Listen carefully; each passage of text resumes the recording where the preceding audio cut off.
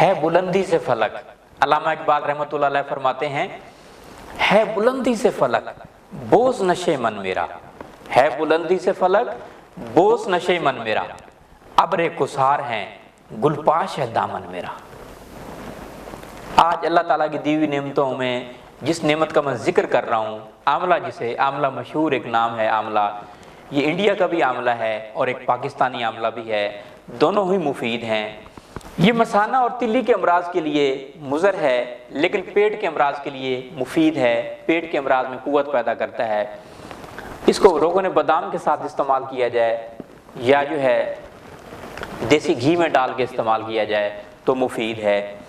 اس کے مضر اثرات کو زائل کرنے کے لیے اگر آپ نے آملہ زیادہ کھا لیا ہے اور اس کے مضر اثرات کو زائل کرنے کے لیے آپ بادام اور شہد کا استعمال کیجئے یا تازہ دودھ اور بادام کا استعمال کیجئے تو اس کے مضر اثرات جو سائیڈ ایفیکٹ ہیں وہ زائل ہو جائیں گے، بذریعہ پوٹی زائل ہو جائیں گے۔ اسی طرح جو ہے یہ مقوی اعصاب بھی ہے، مفرد دل ہے، دماغ کے لیے مفید ہے، مسوڑوں اور معدہ کو طاقت دیتا ہے، نظر کو بڑھاتا ہے، آپ کی آئی سائٹ جو ہے جو ویکنس ہے اس کے لیے بہت ہی مفید ہے۔